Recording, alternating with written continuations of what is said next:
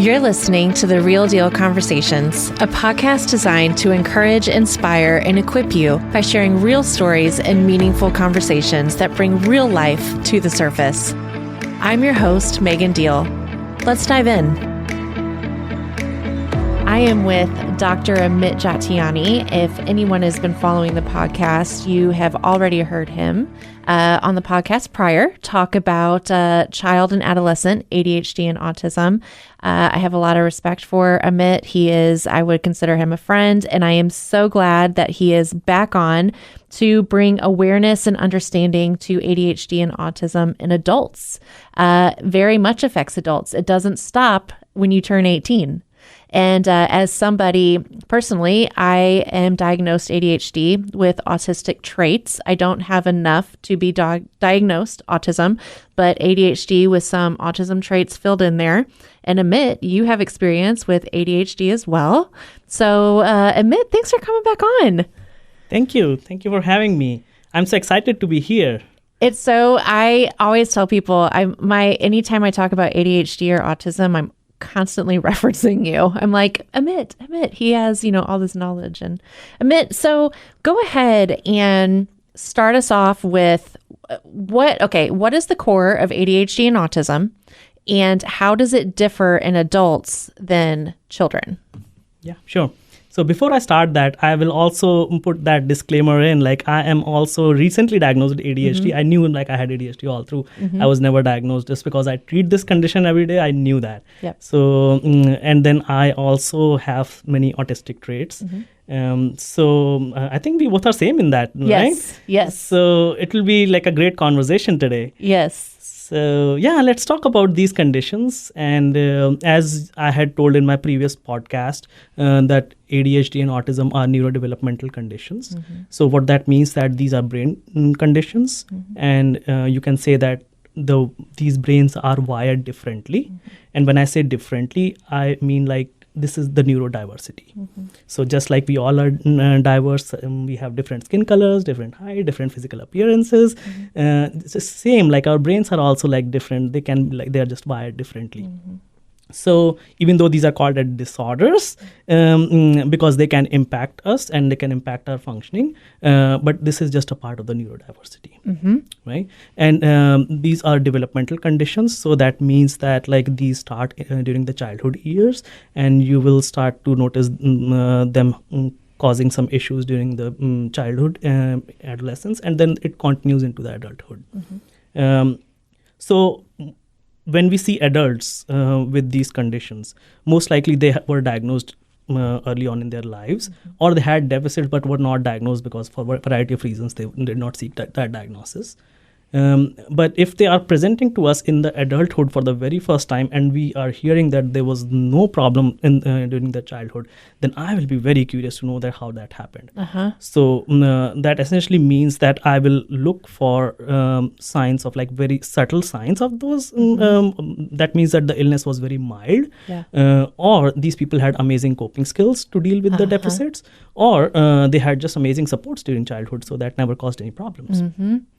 So would that be the difference between adult ADHD and autism and child? So what's the main difference between adult ADHD and autism and childhood ADHD and autism? Yeah. So I think that's a very good question. So for that, we need to understand the core deficits of each of these disorders, mm-hmm. and how that progresses into the adulthood. Mm-hmm. So ADHD, it has 4 core characteristics. Mm-hmm. One is difficulty with focus or inattention, what we call. Mm-hmm. That means difficulty focusing, staying on task, following through instructions, missing important details, those kind of issues. Mm-hmm. Then there is an under-recognized domain there, which is the executive functioning. Mm-hmm.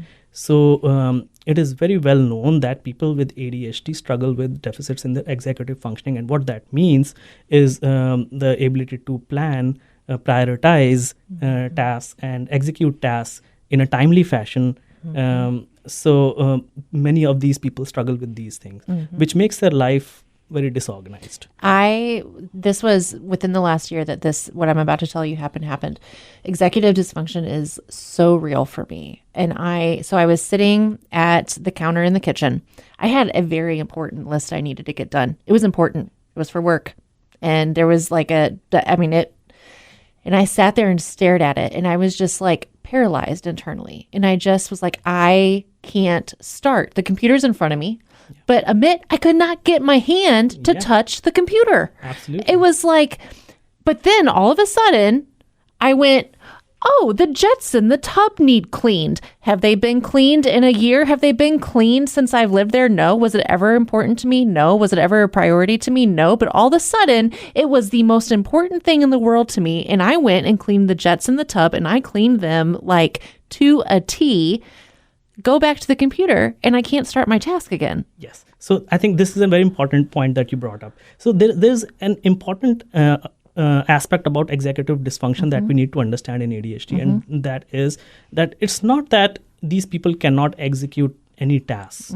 So it depends on what kind of task it is, right? So tasks that are important or are interesting, or there's an urgency to finish that, they would just do that easily. So because they have that dopamine boost in that case to do the task. But tasks that are boring, mundane, they keep procrastinating those ones. So this is an important concept that many people fail to realize. And so I do the pediatric ADHD clinic at Burrell. So I see parents coming in there and they say, my child can focus on video games, they can focus on Legos, but they just can't focus on their and complete their homework assignments. So this is the important aspect of that executive dysfunction, the non-preferred task. That is a problem. And the other important part of this executive dysfunction is that most of the times it's a task initiation that's the problem. It's the task inertia. That big task, it seems like it's an overwhelming task. I just can't do it, right?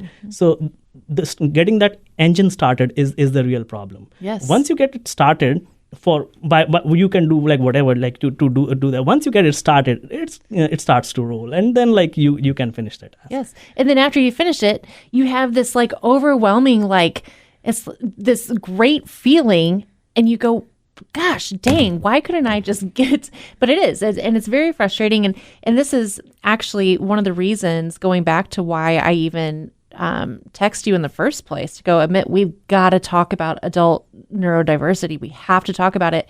And it was because I had to take a test to figure out my strengths and skill sets and my ability to do certain things.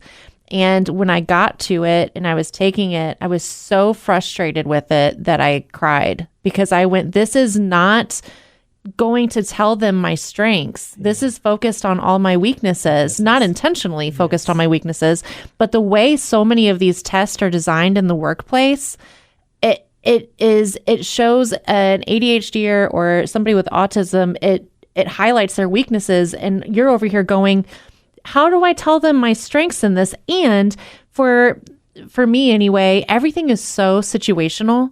What is something in one category is completely different in different category for the way my brain works. It's so situational that those tests frustrate me even more, because I go, okay, in this, yes, but in this, I'm not this. And how do you, when you're taking a test with AI or something, it's very hard for an employer to see that. Yeah. Even the testing, I have noticed that people, when you look at their testing, the real ADHD testing, like we do in our clinic, where we check all the domains, executive functioning and everything, you will notice that there is a scatter even in that presentation, meaning that some ADHD people perform poorly in certain domains and other ADHD people perform poorly in other domains. For example, I think in our last podcast, we were talking about working memory, processing speed deficits. You will not see those deficits in every single person. Some ADHD people are very quick to making decisions. They take very quick decisions.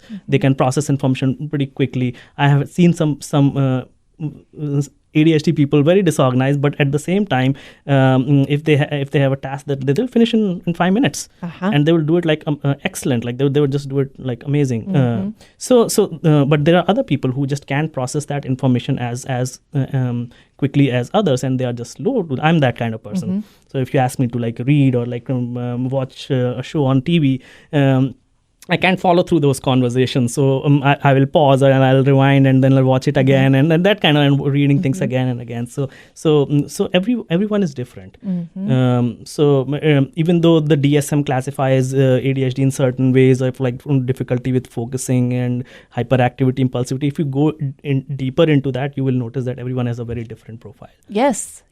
And I think it's so important for people to understand that everybody has a different profile. And just because one person's experience is this doesn't mean it's going to mirror everybody's. It's not going to be across the board. We already in society have a really hard time with mirroring everybody to who we are and assuming and believing that I don't even know. It's just like a whatever. I don't know why we do it. But, and then in the ADHD space and autism space, what people understand about it, they go, well, this is my understanding and this person doesn't do this, which means they don't have it. Well, just because your understanding doesn't match what this person is doing doesn't mean they don't have it. It means that they have a different, the spectrum. Yes. It's the spectrum. Yes. I agree with that. So, I think I absolutely agree. Like everyone is different there, and it's just like not fair to like judge. And that's the problem with DSM. I think the DSM-5 and all these, like they classify people into certain categories, but not understanding the dimensional aspect of that.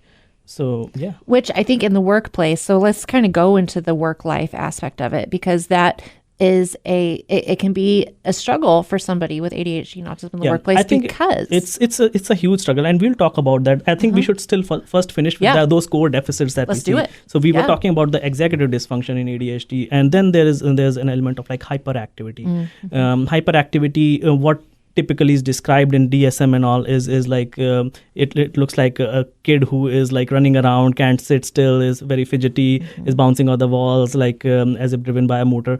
But that is a very pediatric description of ADHD. You don't see that in adults. As people grow older, their hyperactivity, the motoric hyperactivity kind of reduces. What you would notice in adults is that they have this internalized hyperactivity, meaning that they are restless and or they are like they have these racing thoughts. They have these 100 thoughts in their minds all the time, and they can't shut their mind off, which is kind of often confused in adult psychiatry. People confuse that with like manic symptoms or like all those things. Anxiety, depression. Right, anxiety, depression. Like again, like that is a manifestation of hyperactivity in older people, in adults. And also in females, like we don't see that much of hyperactivity, but you would notice that internalized hyperactivity there. That's what what's interesting. So the internalized hyperactivity is what I have. It is true. You see it form in kids, like you said, bouncing off the walls, all the things, but in adults, I would say for me, I can't speak for everybody. I can only speak to my experience.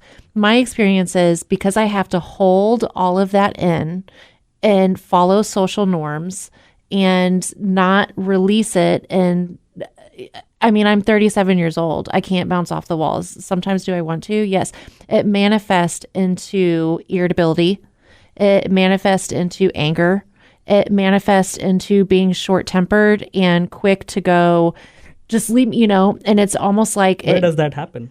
Where and when? Where does that happen? So let me go back. So at Big Bro, I was working 40 hours and I thought I was getting burned out because of just the job, but upon really self-reflecting, that's not what it was. I was getting burned out because I was sitting 40 hours a week, and it could have been, I was very social, having lots of meetings, but you sit in meetings. Yeah. And so I have all this. And then at the end of the day, when I would go home, is where it would manifest. That is what I wanted you to say. Yes. And you know what's interesting? Yeah. And I would get home and admit I was irritable. I didn't want to hang out with my family. I was annoyed, not with my family, but I had all of that pent up energy and nowhere for it to go. And so I was just quick. And then I started shutting down and doom scrolling my phone. Very interesting. So So you said it exactly how it happens. So what we people do here, like these neurodiverse people, is that they will keep masking their deficits when it's really required. For example, at workplace, so they will, if they are hyperactive, they will suppress that, and if they are unable to focus and they are distracted, they will hyper focus, and they will do it all day to stay functional, right? But it is so stressful to do that all day, and you home is the safe space, right? Where you go and you let this mask off, and once you let the mask off, everything that you were compensating, now you are no longer compensating, and it's the opposite reaction of that one. If you were hyper focusing at work, you go home and you don't want to focus on anything, right? Yes. If you were socially masking at home, you would want to be just antisocial. You would just want to isolate yourself and don't want to talk to anyone, right? And then because of that stress that builds up all through the day, it comes out as irritability. And for example, now when we go back home, there are tasks that have to be done at home, right? Masked and stayed organized through the work day, but once you go home, you let that mask off, and now you just want to be disorganized. You don't want to perform any tasks, like you don't want to help your partner with any of these like chores and things like that, and the partner might be expecting that, right? So my husband says I am the sloppiest person he's ever met. Yeah. so but that causes conflicts. And then the irritability is the manifestation of that frustration, that like now this was your safe space, and now you are not even allowed to be yourself in your safe space. I have asked Daniel, like we've just had conversations where I go, what is something like being married to me? What's something you've learned? And then I was like, I told him something I learned being married to him, and he goes, the thing that I have learned the most is so much about mental health, and so much that I was not aware of before. And I always tell Daniel, if something ever happened to him, I'm screwed, because there is nobody who can be patient with me the way he's patient with me. And believe me, there's times where he's irritable. Like the other day, he's like, Megan, I since I've met you, you've been sloppy, so I'm not shocked, but I really need you to do something with this pile of clothes. Like I need you. And so it does kind of get to the point. But if you go to my coffee trailer, it's spick and span clean.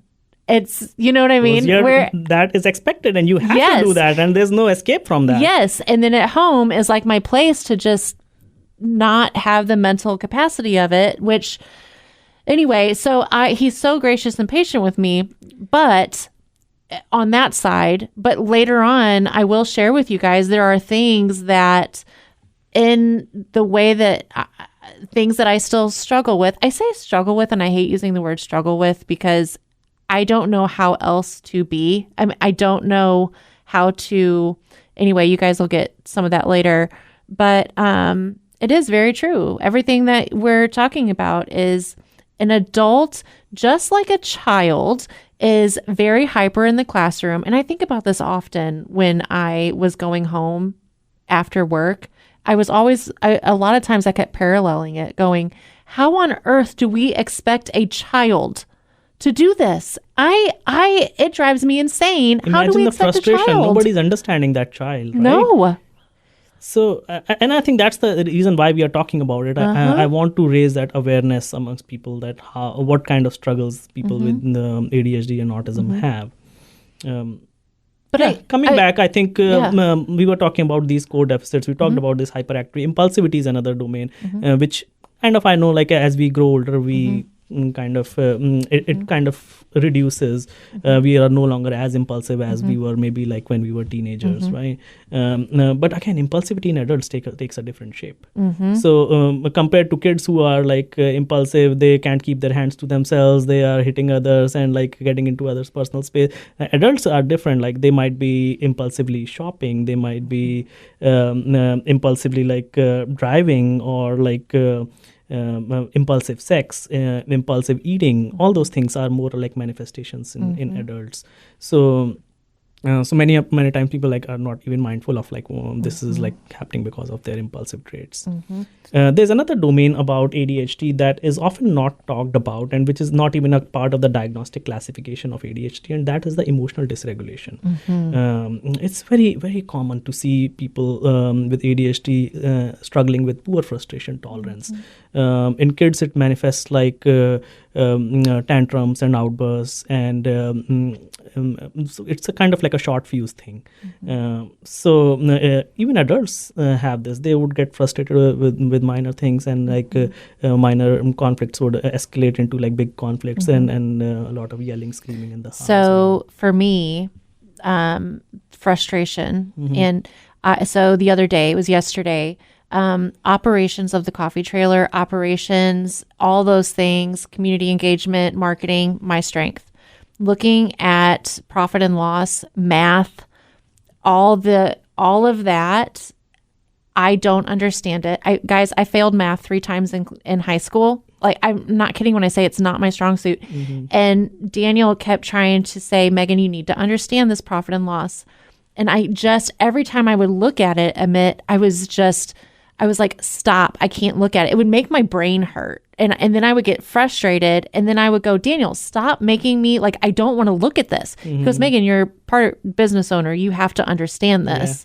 And I said, okay, but I don't. And so I keep trying to like, and it's very frustrating. Whereas I think a lot of people who don't struggle with that thing could go, okay, I'm not interested in this. This does kind of frustrate me, but I can sit down, I can listen, I can learn. But for me, because it's so hard for my brain to understand those numbers, I shut down, and then I get frustrated, and then I get irritable, and I go, stop trying to get me to stop. So either you internalize it and you shut down, or you externalize it and you fight with your partner, right? So that's how it impacts us. Autism, on the other hand, is a different kind of thing, also neurodevelopmental disorder, but has a kind of a bit different manifestations than ADHD. The executive functioning of deficits of ADHD, you might notice that also very prominently in autistic people. But autism now under DSM-5 is classified as a spectrum disorder. So they clubbed all the previous diagnoses of autism, pervasive developmental disorders, and the childhood disintegrative disorders all together into an umbrella diagnosis now. So since it's considered as a spectrum, you will notice that the core deficits are also like on the spectrum. So everyone will have a different permutation combination of these deficits. But the common core deficits that you see in autism are the problems with social communication. So when I say social communication, it can be verbal and non-verbal. So for example, we are talking, so we are using our language and words. That is verbal communication, right? So speech development and all that's verbal part. Non-verbal is like our facial expressions, eye contact, gestures, the changes in the tone of our voice as we talk to emphasize points and things like that. So that is non-verbal communication. Many people like have deficits in that. And on one end of the spectrum might be people who are non-verbal, do not have words to express themselves. And on the other hand of the spectrum might be people with what they used to call Asperger's before, where like language and speech development is normal, but they struggle more with like these subtle issues, like picking up subtle social cues or this non-verbal gestures and like all those things. Also, like the other deficits in autism are the emotional reciprocity. So it can be receptive or expressive. So when I say receptive, means like understanding the emotions of others, reading others' faces to understand what they are feeling, and having empathy for others, those kind of things. Expressive would be like not only having an understanding or recognizing our own emotions, but also expressing them to others effectively, whether through our words, through our actions, whatever. So that is the emotional reciprocity domain of that. Then there are like 3 R's: restricted interest, resistance to change and repetitive behaviors. So what those things are, like some of these autistic people have like very specialized interests. And when I'm talking about like this specialized interest and all, I want you to think of somebody who's Asperger's. For example, let's say it's Elon Musk, right? Everyone knows it's in the public domain that he has said that. So somebody could have like a specialized interest. Let's say I have interest in space or robotics, or like I want to go to Mars, right? That kind of thing. So those like specialized interests. Sometimes like there's a lot of resistance to change, like they like to stay on schedules, routines. Anything changes in their schedules and routines, it just throws them off. And then there can be like a lot of like repetitive behaviors. For example, it could be rocking back and forth, or flapping hands or fingers, or like spinning in circles, or it could even be like with our speech, where like they would like to repeat certain phrases, echolalia, what we call it, right? So those kind of things. So I have a question about struggling with change. So can that be situational as well? And the reason I'm asking is because I am of the personality that I will start anything without a parachute, because in my mind, I'm like, we will knit a parachute out of our clothes on the way down from the plane. It'll all come together. But if you introduce something, like if I have my mind set, I have a plan in my head still. I am very, well, the plan will come together later. We're going to start it. But then there are certain things that like, okay, now I'm developing the plan. Now this is how I envision it. This is how I want it to go. And if you introduce a change to me and what I have focused on, I'm going to try and word this. Help me if I need to change my wording, help me explain it a little better. And you want to introduce a change to what I believe my plan should be or how I envision this, I really struggle with it. And I'm very rigid. And because I have to process what you're introducing to me. And to me, it would be the equivalent of trying to stop my hyperfocus. And like the plan. So, okay, here's a good example. Let me show you this. So we introduced like different pastries at the coffee trailer. That was not on I'm operations. I didn't want pastries. I didn't want that. That's not, Daniel's like, no, let's try this. And I was like, no, I don't, like, you can't. So anyway, so we introduced it. He brought it to the trailer and I'm packaging him up into individual packages. And I'm annoyed. You can tell I'm annoyed. He can tell I'm annoyed because and it's not that I was annoyed at the plan of it. I was processing out. I had to process. Okay, what does this change in here look like? What does this change? All the things. And Daniel kept feeling like, he was like, I don't know why you're so annoyed. It's just cake. It's just introducing. And I said, I'm not annoyed with you. I'm not annoyed with him.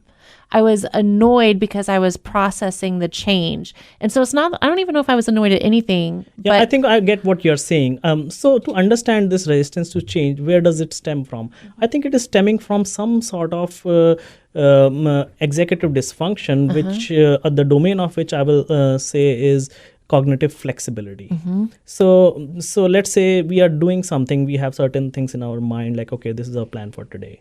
And if that plan changes, we can be flexible with our thinking there. Okay, fine, like it didn't go that way. Let's just do it this way.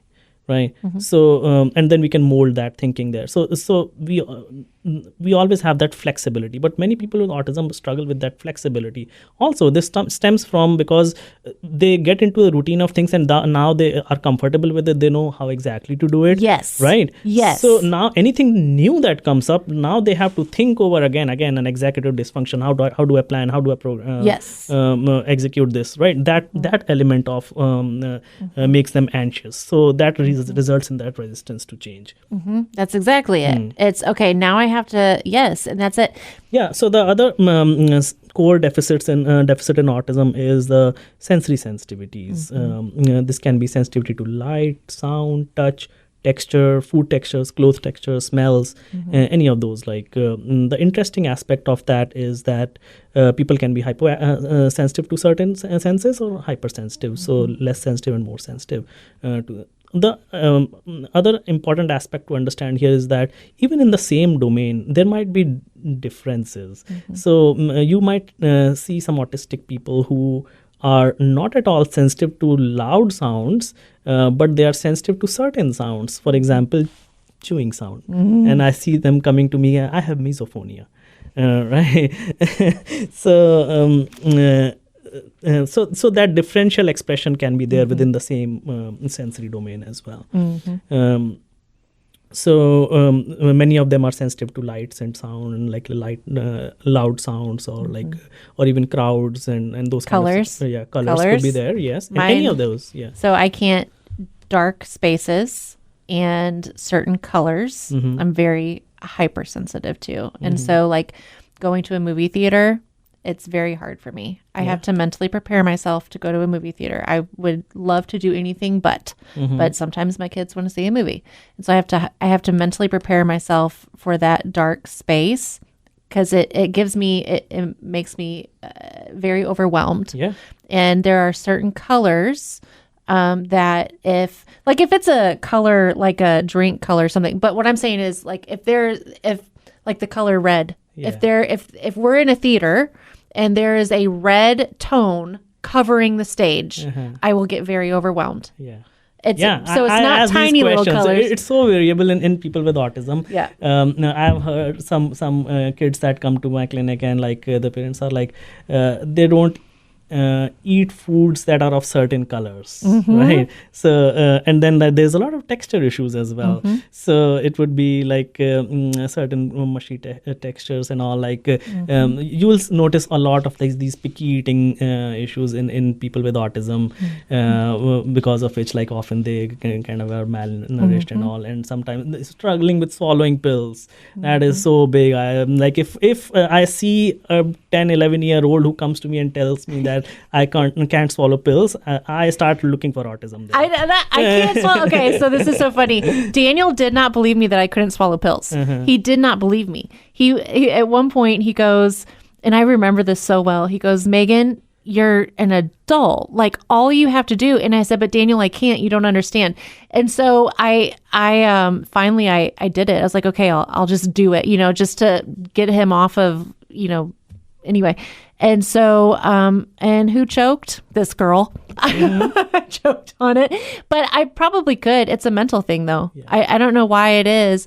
I can't do it. It's also an interesting thing. You talked about choking, right? So sometimes in these people, I also hear because of that texture issues, they might struggle swallowing pills, and then they experiment with it, and then they kind of choke on it, and then this develops as a fear for the rest of their lives. It can happen with food as well sometimes in these people, where they tried swallowing and then it got stuck, and then it becomes like a fear of swallowing, and then they are later on diagnosed with ARFID, avoidant restricted eating disorder kind of thing. So this is very common in these people. So yeah. No, I feel that. The other things that we often do not recognize and are not a part of the diagnostic criteria, but are very commonly seen in autistic people are the emotional dysregulation, just like we see in ADHD people. They also just struggle with a lot emotionally and with outbursts. Intellectual functioning is another domain which is a kind of a specifier in our diagnostic criteria. Many people with autism might not have any problems with intellectual functioning, but some of them have like a low IQ, and that then they are also diagnosed with intellectual disability along with that. Then there can be executive functioning deficit. We already spoke about that. Yeah. And one of the things that I really, I don't know if you guys have picked up yet. I mean, it's very, and I keep sharing about my experience to just keep bringing awareness to it. But when you have ADHD, when you have autism, there is a certain level of shame that comes with it. And when you are told why can't you just do this? Why can't you just be this? Why can't you why?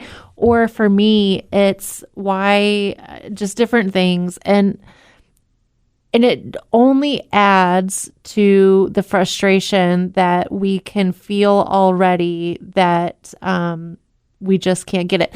Now, here's the thing. I also believe that there are so many strengths that come with ADHD and autism that a person who does not have it can't even touch.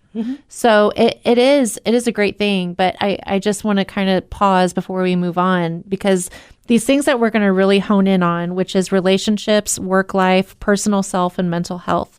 I want listeners, if you do not have ADHD or autism, I really would just ask you to have an open mind to what we're going to talk about, so that if you have a loved one who does have it, you can get a much better understanding and then stop and pause and go, okay, what did I learn about ADHD and autism that I can apply to this situation over feeling or asking or thinking they just can't do it? Why can't they just get it? And maybe just kind of put yourself in the shoes of, have some empathy from what you learn, what Amit and I are going to talk about. Yeah, I think there's an important point that you raised, was like, why can't you do it? So that question is coming from a lack of understanding why the other person just can't do it. So I see this very often in my clinics that when people do not pursue the diagnosis, some people, as you said, like have stigma around these diagnoses, so they would not pursue that. Even when I suggest to them, like, I think like there is an element of autism there, we should get this person screened, they would like, no, we don't want to pursue that diagnosis. So what happens is that then it always is like, why is this person behaving or doing things this way? Once you have the diagnosis, even if you don't treat it, at least you have the understanding of why I am doing things like the way I am. So it's enlightening. Yes, and I think if you have an understanding, a lot less arguments are going to happen. Absolutely. And a lot more. So, okay, let's first kind of dive into relationships. So ADHD and autism, the communication, the emotional connection, conflict resolution. This is going to look different. Again, this is going to look different in ADHD. It's going to look different in autism. But even amongst people with ADHD and amongst autism, because again, it's a spectrum, it's not going to be the same for everybody, but we can at least highlight some of it. So ADHD and autism, how does that impact communication, emotional connection, and conflict resolution? Absolutely. So it as I said, like, we need to understand those core deficits to understand how it impacts that. So if we are talking about like communication, so people with ADHD, since they struggle with focusing, staying on task, listening to others, and they might miss important points in conversations. So that can impact an effective communication with people around them. For example, let's say there's a couple and the husband has ADHD and the wife doesn't have ADHD, and today wife had a bad day and she comes home and she wants to talk. Right. So the husband, maybe first he didn't recognize that there's something wrong because he didn't pay attention to his wife's face. Or let's say they start to talk and then she is describing her day and this husband is like zoning out and looks lost. So the wife will get a feeling that he doesn't listen, right? He doesn't care, that kind of feeling. And let's say this wife later on, like next day, tells her husband, hey, can you please bring like these 1, 2, 3, 4, 5 things from the grocery store? And the husband goes and like remembers to bring 2 and forgets the rest. Right? Yes. or the wife goes and gets 2 and forgets the rest. Yeah, either way, right? Yes. But it's a problem then, right? Yes. So it impacts them. Disorganization in ADHD causes a lot of problems. So the disorganization is everywhere. It's at work, it's at home as well. So at home, we are expected to help our partners and others, like in household chores and things like parenting. I think that requires so much of executive functioning, right? Getting the kids ready for school and picking them up and helping them with their homework and cleaning the house and preparing meals. Everything like requires like a lot of executive functioning. So in in a relationship, if one partner is doing all that and the other partner, because of their executive dysfunction, does not participate in that, it causes problems. So it's organization, like I've mentioned, is hard for me. Daniel, and it's very interesting to me how many people will talk to me because the assumption is, well, she's the female, so she must be the one in charge of schedule. She must be the one in charge of all this stuff. I'm not. And anytime somebody goes, oh, well, Megan, when does the kids have this or when? And I'm like, I don't know. I'm not in charge of that. Like, Daniel's the one that he handles schedules. He handles, I always think it's interesting too, because so many women will talk about the things they're annoyed with their husbands.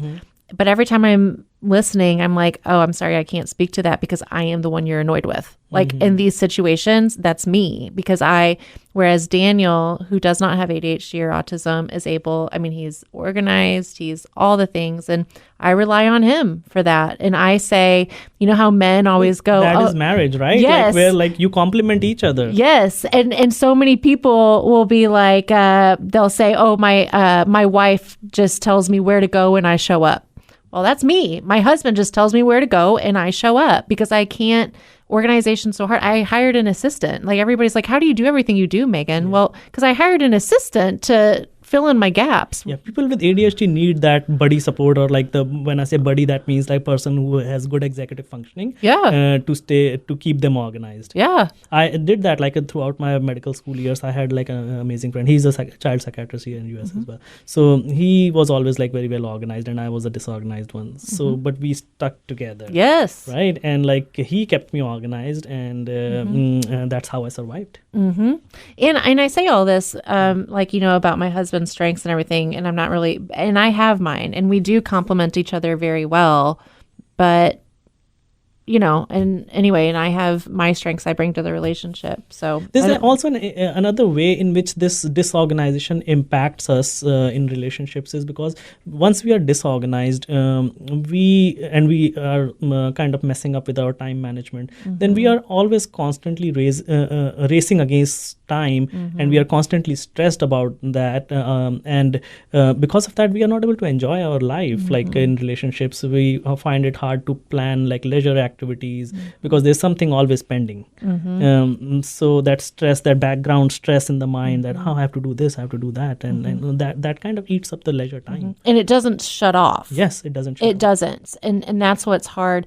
You know what I have found though is since leaving Big Bro and being at the 40-hour, working to the clock, and now that I have the coffee trailer, well, in the coffee trailer, it's 7 to noon, and I'm constantly moving, and I'm using my hands. Oh. Amit, I've never... You love it, I think. I'm thriving. I'm thriving. Like, it has been years since I have felt this good. Yeah. And you know what's interesting too, and Daniel has even noticed, he goes, Megan, you are so much more present with our family. And I said, I know, because my energy, and some people it's working out, yes, and running. That doesn't do it for me. I have to do something creative with my hands. Many people with ADHD are hands-on. Like you will notice that they do not do well with that traditional like office jobs and all. They flourish more in those. They thrive in settings like trade jobs, like plumbing, electrician, like you said, coffee shops, where you are doing something with your hands. Yes. So yeah. I've lost 15 pounds. I'm happy. I'm engaged with my family. At night, I'm not doom scrolling. At night, I'm not checked out. I'm not staring off into space, because all of that internal energy has gone somewhere. Yes. And so at night and on the weekends, I'm like, hey, let's snuggle. Hey, can I watch you play Fortnite? I don't admit, I would never watch my kid play Fortnite because I'm like, this is so. But now I'm like, hey, I just want to sit by you and watch you play. Because how much that improves your quality of life. Yes. Right. But I had to make a shift. And that's why everybody goes, Megan, how do you do everything you do? Aren't you tired? I was tired when I was working to the clock because at the end of the day, my brain was shutting down. Now that I have shifted gears, I am the best I've been, and I can't tell you how long. Like it's been amazing. Yeah. And I think that's so, like somebody said last night, how did you add something else to your life? I said, because you don't understand my strategies for compartmentalizing it.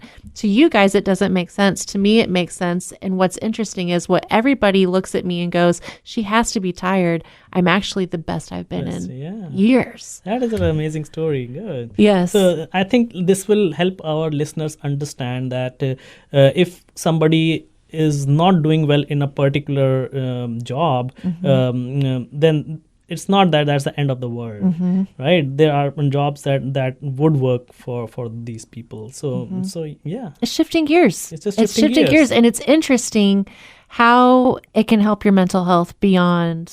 It's fascinating to me. Yeah. Okay, even so with hyperactivity impulsivity, there is another problem that from ADHD that can come up is sometimes those who are very hyperactive and their partner is not as hyperactive. You might notice like a energy mismatch. Yes. Right, where like they are coming home like tired after the day of work, and one partner is like, hey, let's go out and let's do this and that, and on the weekends you have like 10 different activities planned, and the other one just wants to relax, right? So that can cause problems in relationship as well. So look how this like these ADHD related like core deficits impact relationships in very different ways. Emotional dysregulation of ADHD can impact relationships. It can cause conflicts. Little minor conflicts would escalate very quickly, and then there is like a rejection sensitivity dysphoria, and we can talk about that a little bit more. Like it's not often talked about, where rejection sensitivity is very common in people with ADHD and also in autism.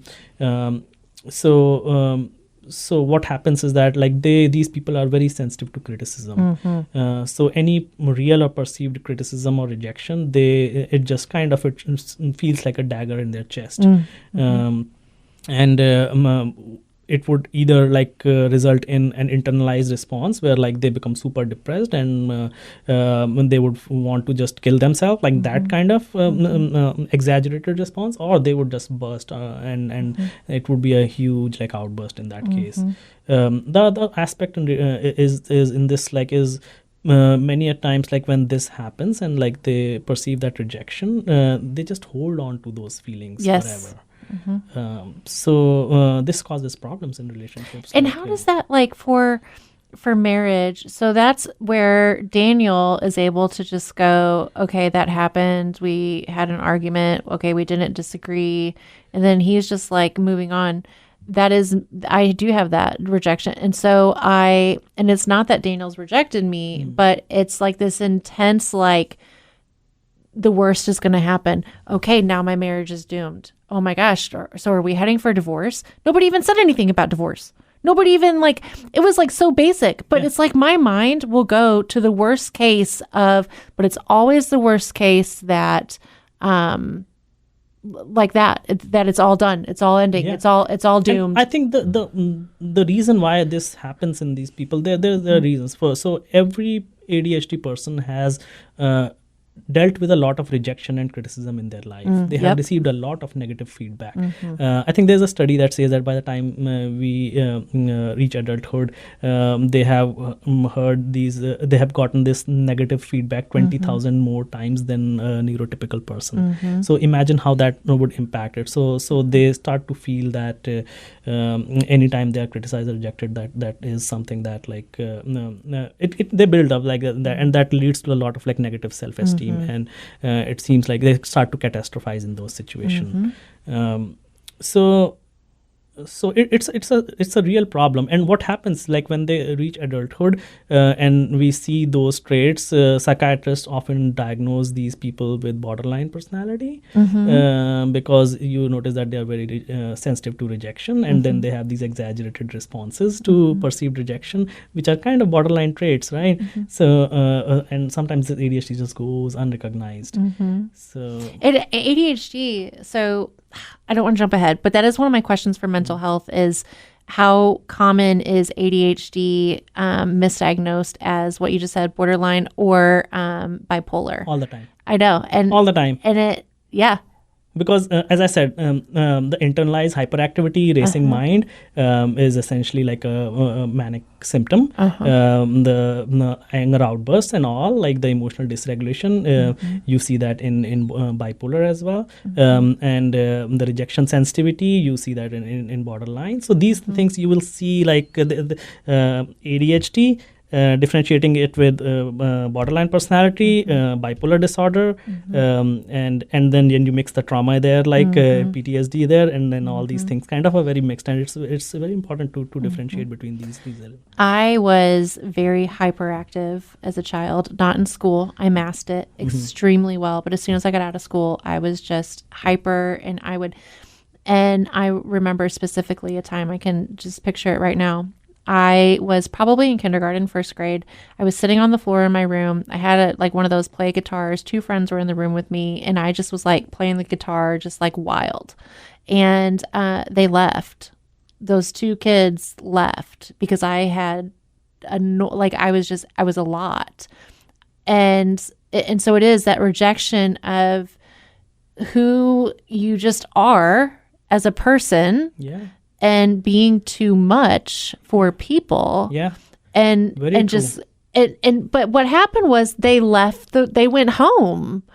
And so when you have this life that has developed of being too much, and then so things just cut off again and I see this every single day, that I see ADHD kids coming to my office. They are like, nobody wants to play with me. Yep. And then you're too much. And so then as an adult, when something happens and you upset someone, when something happens and you annoy someone or bother someone, the immediate thought is, okay, this is done. This is over. Yeah. Because that's what growing up, everything was. You're so much that they leave. Yeah. And so that I do agree. People with ADHD, they acquire a lot of labels in their life because people do not understand it. So labels would be like, this person like does not listen, does not care, is irresponsible, is lazy, or like is rude, self-centered. Many of these people like with ADHD are like, maybe if they're hyperactive, like they might talk too much and they might cut people off. So they might appear rude in their conversations. Like so these labels they acquire like all through their life, where people do not recognize where it's coming from. Well, and then also like growing up, I think a lot too, for me personally, and I think it's an experience that a lot of people have, is, adults would go, why do you do, I would have different, what is it called? People would always call it bad habits back then, but like making different noises and doing stimming. So I would do different things. I would make different noises repetitively. Now I know I was doing the stimming. At the time, I didn't understand it. And adults would just, why do you do that? Or why does your face always look like that? My face is extremely expressive, or I look mad and I'm not, all these things. And I think just like over time, you keep developing, which because of my childhood, adolescent experience, I read people extremely well because I had to learn to read people extremely well so that I could figure out who I needed, like how do I need to be in this situation to avoid somebody being unkind. Yeah. I think there are a couple of important points that you raised, and I want to emphasize that today. We talked about how these people get labeled with all these things, but the other aspect is the person who is at the other end, the person who has ADHD, knows that they are not lazy, they are not irresponsible. It's just that their brain does not allow them to do that. So the feeling that they are getting is that this person does not understand me. And think like how that would impact you if you're in a relationship and this is a constant feeling that you're getting from whoever, like a partner, that he or she does not understand me. And is that why in marriages, relationships, feeling misunderstood, where it's like a neurotypical is like, oh, she misunderstood what I said. But like for me, if you misunderstood what I said, like I will bombard Daniel until he gets what I meant. Like feeling misunderstood as an adult when you have been misunderstood your whole life, yes. crippling. Yeah. It's crippling. Yeah. And it's very hard. That's why when I ran in that school board campaign a couple of years ago, to everybody outside of my home, I stood very strong and didn't let anybody think it bothered me. But I was like called different things, and I was like, but that's not who I am at all. And behind closed doors, it was very paralyzing because you've been misunderstood for so long. And then in your adulthood, you're like, but no, and you just want people to know, but you don't get that opportunity. And so you have to learn. I say all this, guys, I've developed coping skills that I'm not discussing, but I'm just trying to get you guys to understand, like, this is very real for adults. My coping skill in that is like, I just make a joke out of it. Like my wife gives me a list of things to bring. Like she tells me, like I tell her, send me a message with all the things because I'm gonna forget it. I'm that forgetful person, right? So I just and I just say that, like when I know that, like it's okay to just let the other person know. And I think that is important because that essentially is an effective communication, because then the other person does not have unrealistic expectations from you. So it's very important to be comfortable with these deficits if you have any, and let the other person know, like, hey, this is how I work. I think so. One of my coping skills is understanding, and I think that's why it's so important for children and adults to understand what falls under ADHD and autism, because when you know it is a trait of ADHD and autism, it is much easier to sit there. I still have to process it out. I still have to be very intentional of telling myself this, but it's my coping mechanism has become like, okay, this is a trait of ADHD. It's a trait of autism. It is not, doesn't have to be true. Yes. And I have to talk myself down from, okay, this is a brain wiring, but it doesn't have to be true for me in this situation. Yes. So that recognition and when you know that this is coming from like an underlying deficit, you can even like start to make efforts to minimize some of those problems. I'll give you an example. Like my daughter, like she likes to eat chicken. She's like 4 years old. So she's not a good like protein eater. So sometimes I make chicken for her. So one day she told me like, Daddy, I want to eat chicken. So I made it for her. And once everything was done, I brought it to her and she said, I don't want to eat it. Yeah. Right? Fine. Like she changed her mind, right? Yeah. There was no big deal with that. I screamed at her. Yeah. And then later on, I realized, where is it coming from? I realized like that refusal to eat was a rejection for me. I put in the effort for you and you rejected my effort. That was my rejection sensitivity dysphoria. Right? And you know, it's interesting that you say that, because I can get real irritable too. And I have really made a habit out of going to the kids and not just saying sorry, but explaining what that was. Yeah. Always letting them know that wasn't about you is something that's very important to me to say. This isn't about you. That wasn't about you. That was, so I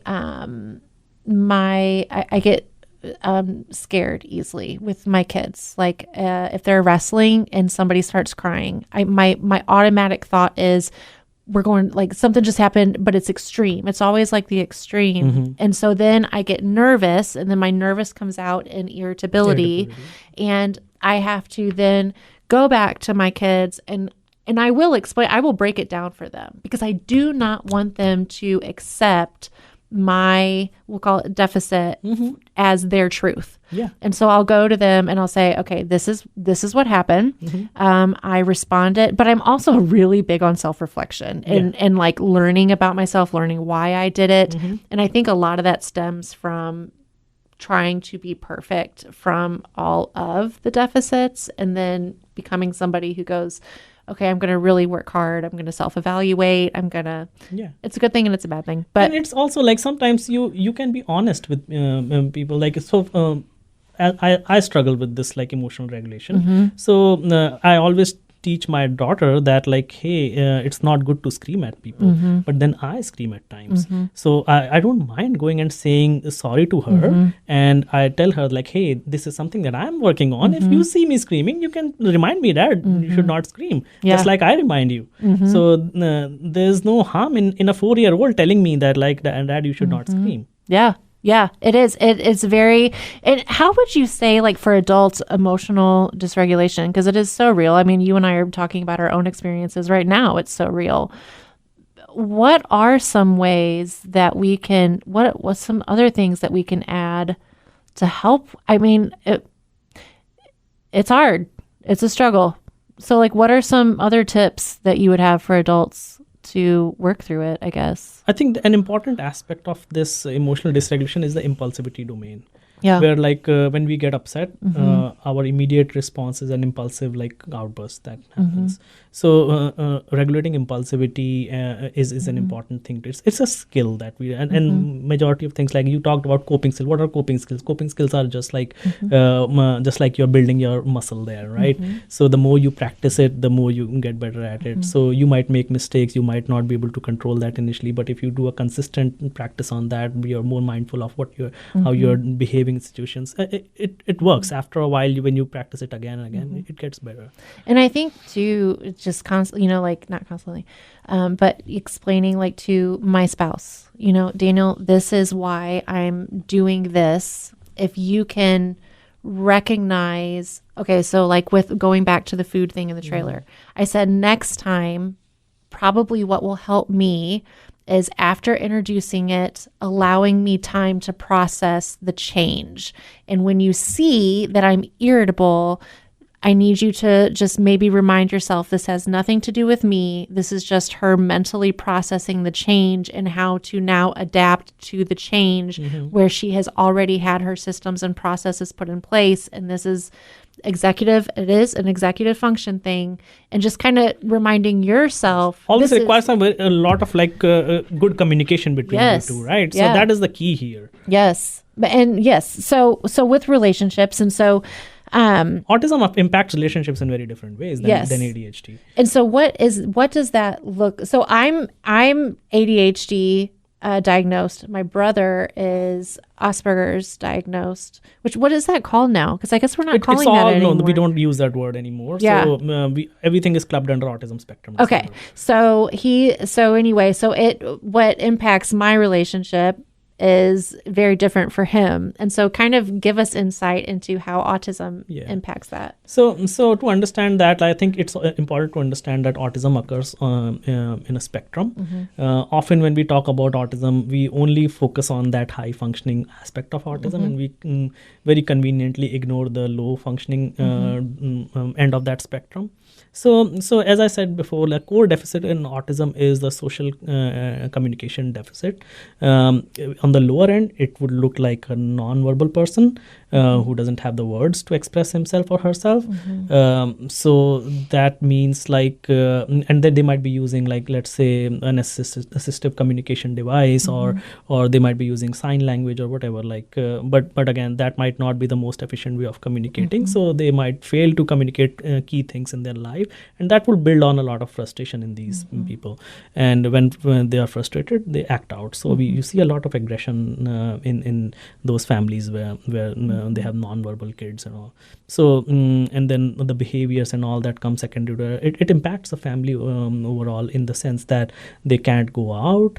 They can't socialize with people. They can't go to a restaurant. So all those things, it impacts the whole family. On the higher end of the spectrum, where it's more of the Asperger kind, these people have normal language and speech development. They speak like normal people, so everyone assumes them that everything is normal. But the reality is that many of these people struggle in the social and emotional domains.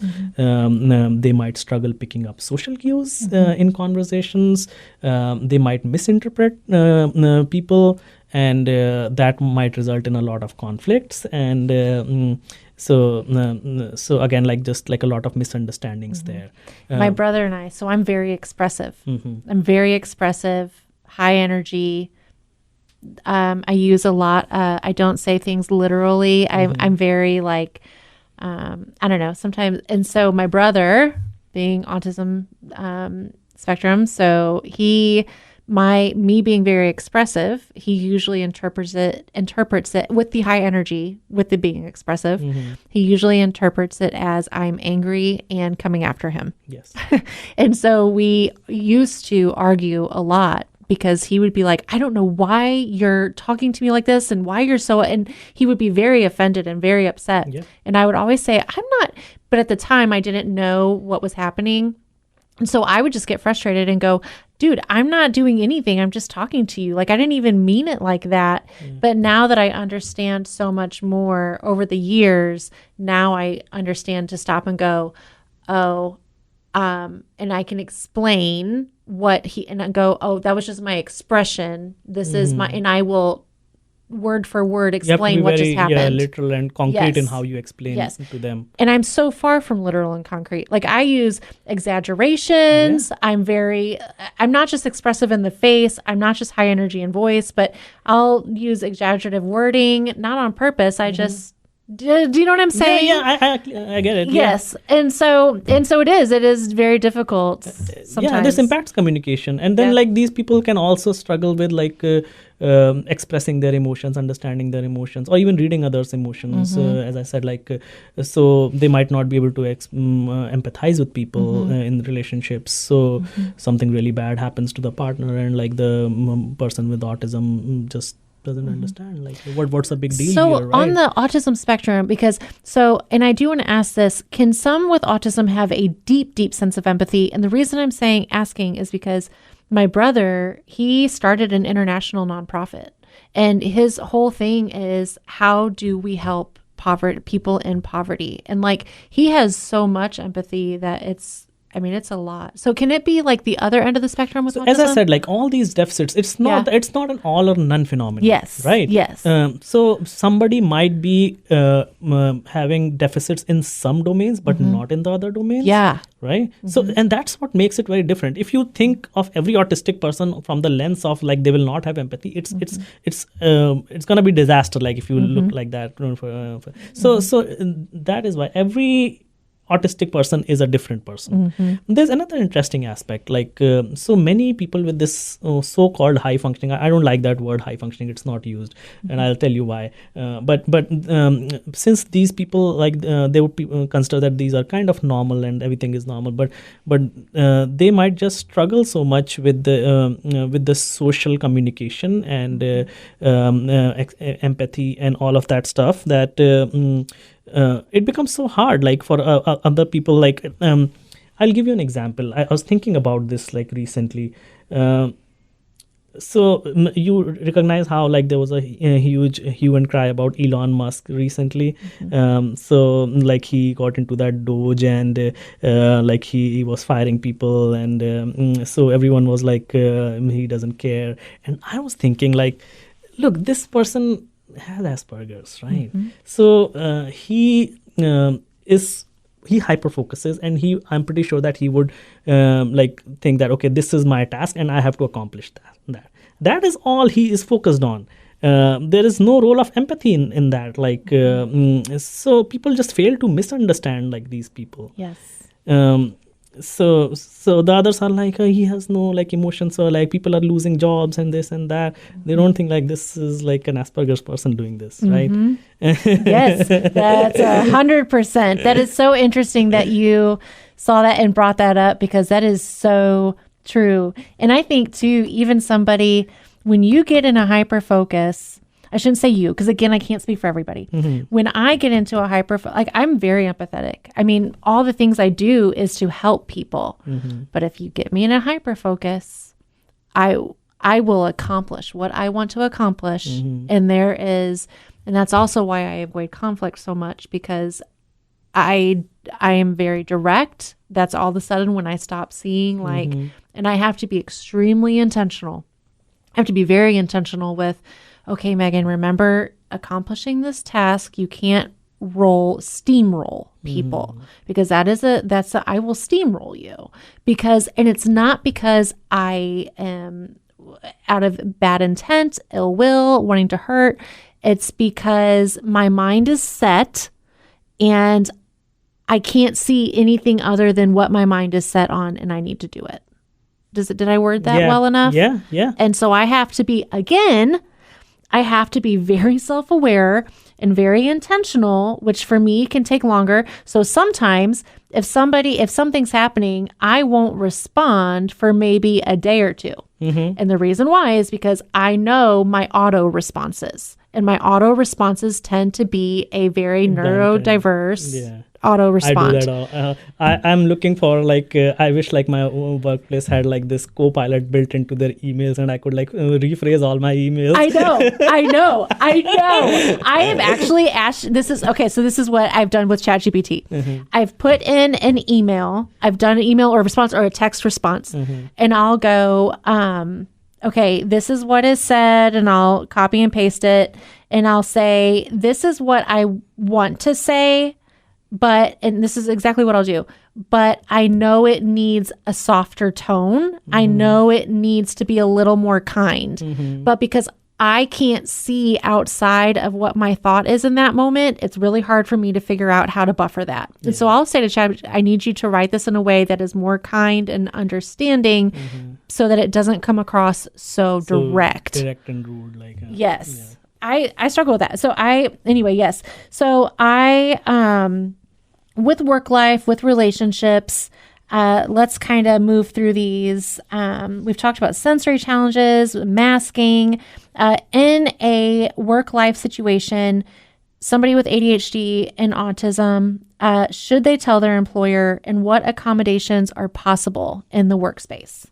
So I think it's an important question here, because this is always a dilemma with most of the people, that should I disclose that, or would I be penalized for that? Will I lose my job because if I tell, and everything that I do wrong would be looked through that lens? So I think there's no right or wrong answer. It entirely depends on how disability friendly your employer is, and the best way to judge is if you have any friends who have any of those needs, how forthcoming the employer was with accommodations. There are a lot of accommodations that these people are eligible through the Americans with Disability Act. And it could be flexible schedules, or ability to do remote work, or taking brain breaks, or having a quiet or private workspace, noise cancelling headphones, or maybe having written instructions whenever possible, or task management tools like calendars, planners, or access to assistive technology, let's say, or maybe if there are some meetings, accommodations for that. So for example, it could be not having long meetings and breaking them up in shorter meetings, or if somebody is overwhelmed in social spaces, then maybe doing a remote meeting, that kind of thing. So those are possible. And always if you're disclosing, I would say that it's always better to word it in a positive way, rather than negative, I struggle with this and that, that. I don't think that's the right way to. So you could be I'm an extremely hardworking person, I can be super productive, I need just help with some organization. So that kind of thing. And the other thing is you really do not have to disclose the diagnosis. You can still, but I'm of the belief that if you have to disclose, just disclose it. I think it doesn't matter. They can't differentiate against you or discriminate based on these disabilities, because there are protections in the law, and any discrimination that happens that can be challenged in the court, or there is, you can always complain to the Equal Employment Opportunity Commission in those cases. And I want to, as we come to a close with this, I want to encourage everybody with an ADHD autism diagnosis as an adult. I brought a lot of awareness to different things that I experienced, but I also want you to know it's one of my biggest strengths too. Yeah. I am successful because of how my brain is wired. I am able to, there's so much that is my strength because of it. And I want to encourage you, as somebody with ADHD and autism listening, yes, it comes with, it's a double-edged sword, but I want you to know, you're enough, you're worthy. And just because not everybody sees and recognizes it and some even downplay it. I want you to know I see you, I get you, I understand you. And if I can do all the things I'm doing, I am a public speaker, I am a business owner, I am mom, I am wife, I am podcast host. And if I can do everything I'm doing in spite of some of the challenges that it brings, the world, go grab the world, guys. Yeah. Go grab it. Go do it. And stop letting it stop you from living out your dream or your mission or whatever it is, because some people aren't going to understand you, but I promise there are people who do, and Amit and I understand you, and there's going to be others. And just when you get in a rut, when you go, I feel so misunderstood, or I don't, just go back to this episode and go, you know what? There are people that understand me though. So Amit, what would you leave with everybody? So I would say I have been successful all through my life, even though I had my own set of hiccups, but it made me resilient in my life. Like every time I had a failure, every time people told me I was not good enough, I took lessons from it and I improved on myself. So we are very resilient people. We have our own set of attributes, like things that we are very good at. Just be aware of what you are good at, and it's also important to understand your deficits, because then you will also work to overcome that. I have done this all through my life. I have developed amazing hyper focus skills. So just keep working on it. Things will be fine. Like if I can succeed, you can succeed, anyone else can succeed. Yes. You realize how just switching roles from one job to the other, how much difference it made, right? So if you are struggling with something, please don't be frustrated. Just move on, find something else that works for you. Yes. Amit, thank you so much for coming back on. And again, just having such a great conversation to bring awareness to this and encouragement to those who live it. Thank you so much, Amit. You're welcome.